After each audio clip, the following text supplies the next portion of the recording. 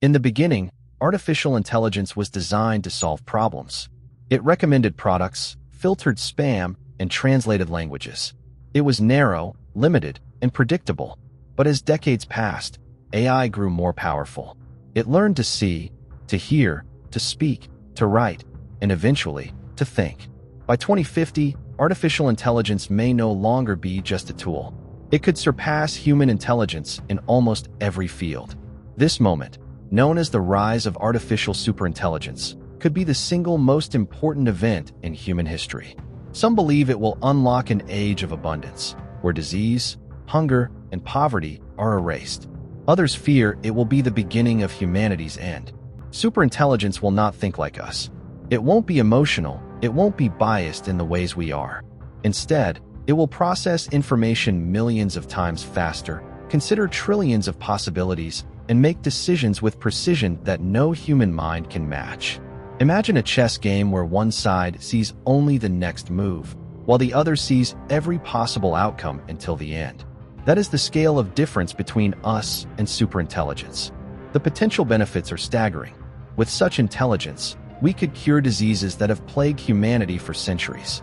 Cancer, Alzheimer's, heart disease, all could be mapped, predicted, and eradicated. Superintelligence could design new medicines in seconds, simulate entire human systems, and deliver personalized treatments tailored to every cell in our bodies. In science, it could unlock mysteries we've struggled with for generations. Dark matter, quantum gravity, the origins of life. Questions that stump the brightest minds today might become trivial puzzles for an intelligence millions of times greater. And in engineering, superintelligence could create new forms of energy, materials stronger than steel, yet lighter than air, and technologies beyond our imagination. But the danger is equally great.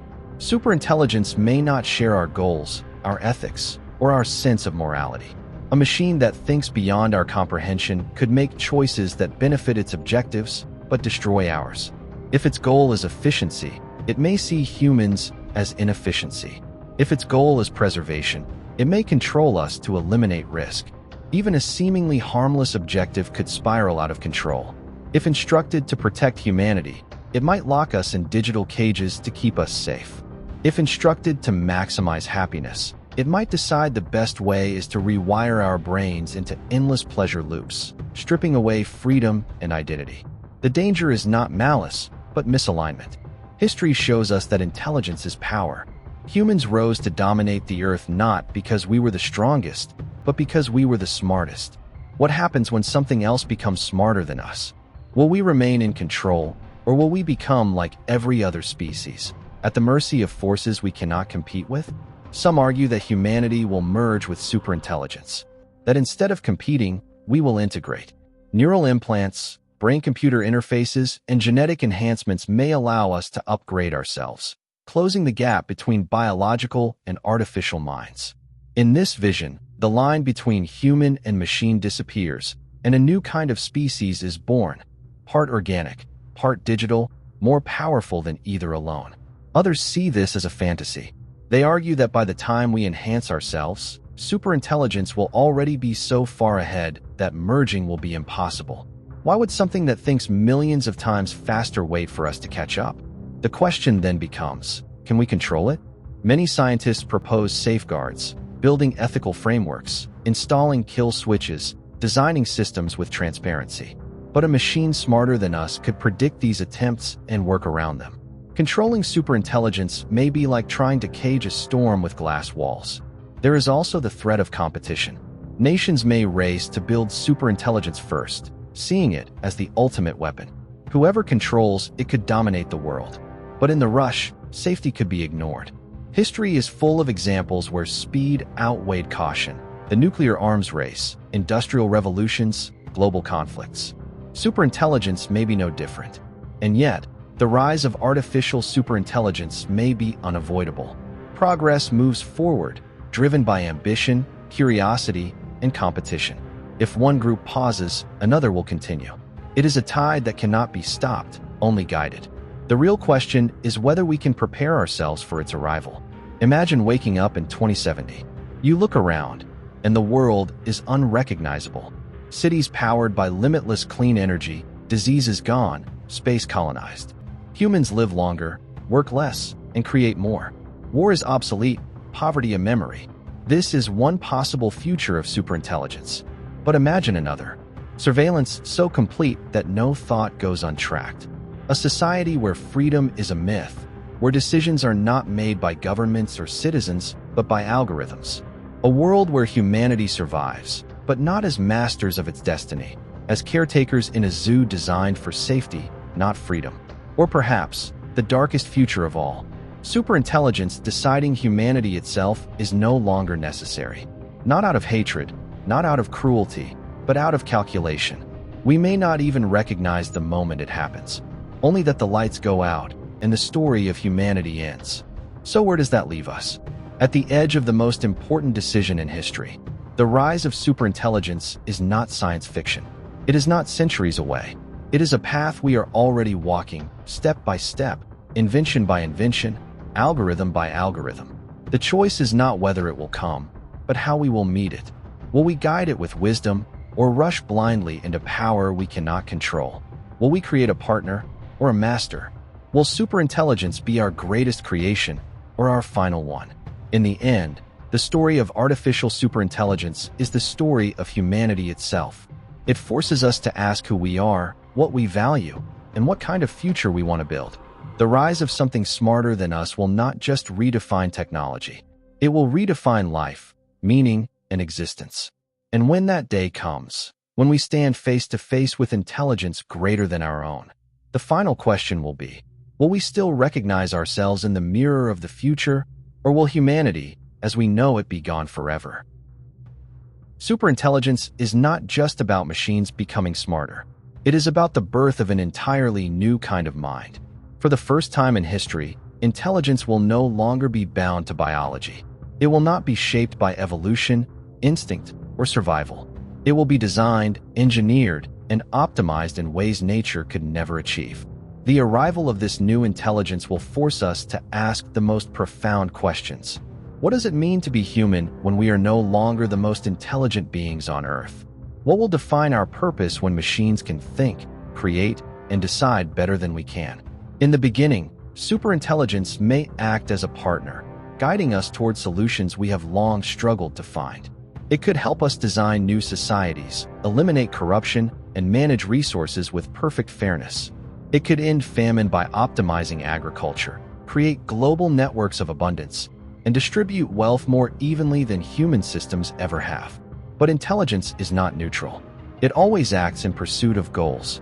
The question is not whether superintelligence will have power, but whose goals it will serve. Will it be shaped by governments, corporations, or individuals? Or will it evolve its own objectives, beyond human control? Some imagine a future where superintelligence acts as a guardian, a benevolent overseer that ensures humanity's survival, protects the environment, and prevents conflict. In this vision, war becomes impossible because machines will not allow it. Human suffering decreases because every resource is managed with precision. But in such a world, freedom may vanish. What is the value of peace if it comes at the cost of choice? Others see superintelligence as a liberator.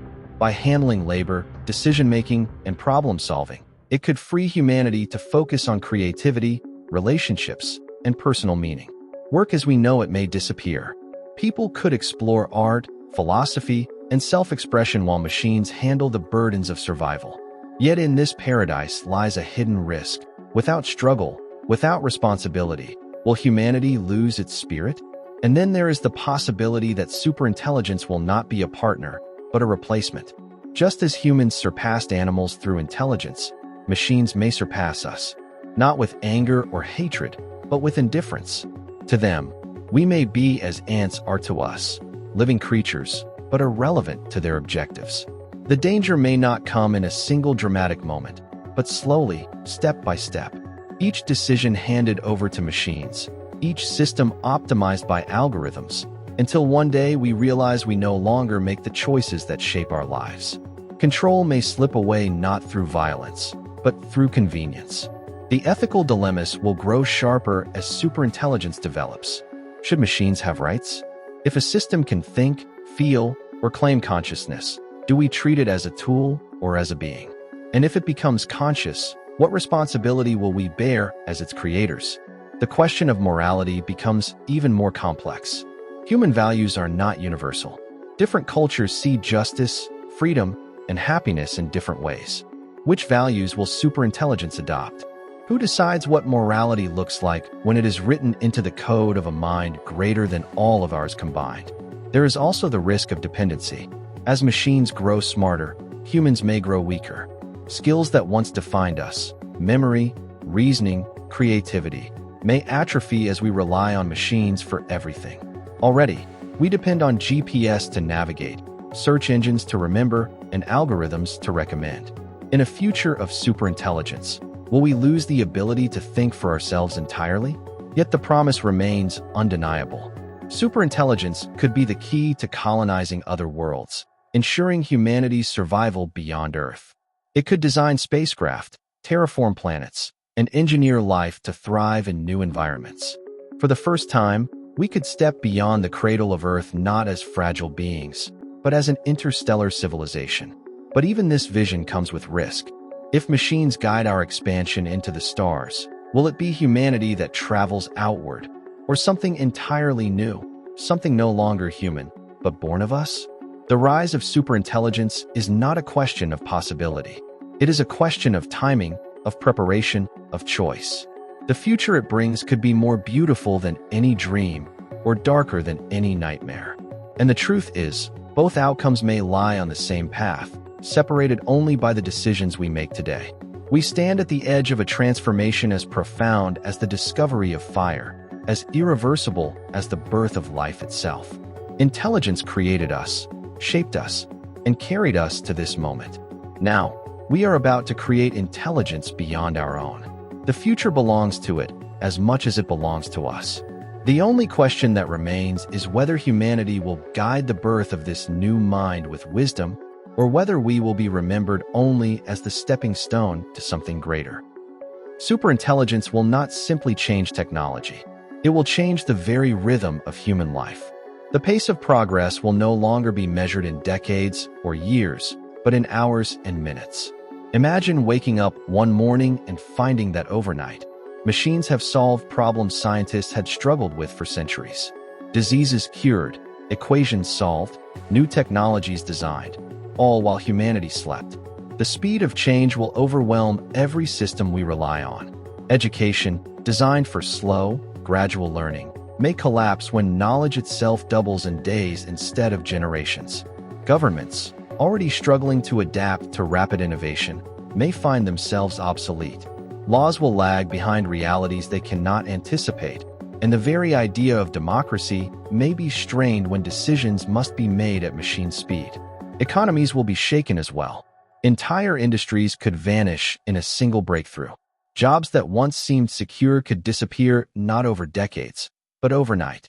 At the same time, new possibilities could emerge, opportunities for wealth and creativity we cannot yet imagine.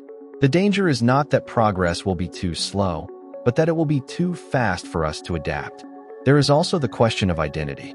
For thousands of years, humans defined themselves by intelligence. We looked at other creatures and believed our ability to reason, to plan, to imagine set us apart. But what happens when we are no longer the smartest beings on the planet? If intelligence is no longer uniquely human, where will we find our worth? Some may embrace it.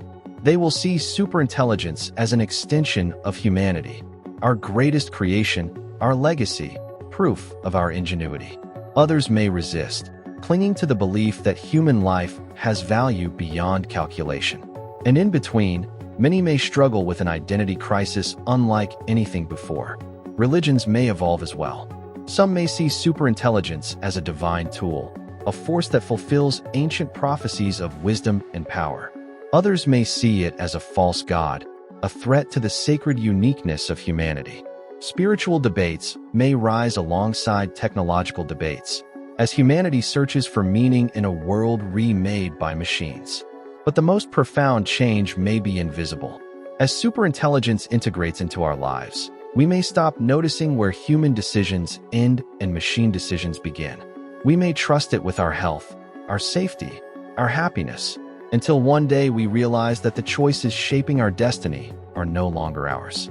Control may not be taken from us. We may give it away, little by little, in exchange for convenience, comfort, and certainty. And so the question returns, what does it mean to be free in a world guided by superintelligence? Is freedom the ability to choose, even when those choices are flawed? Or is freedom the absence of danger, the guarantee of safety, even if it comes at the cost of control? The rise of superintelligence is not just a technological shift. It is a philosophical turning point. It will test not only our systems and institutions, but our very definition of what it means to live, to think, and to matter. The story of humanity has always been one of struggle, discovery, and growth. Now, as we face the dawn of minds greater than our own, the next chapter is uncertain. Will we write it with wisdom and courage, or surrender the pen to the very machines we created?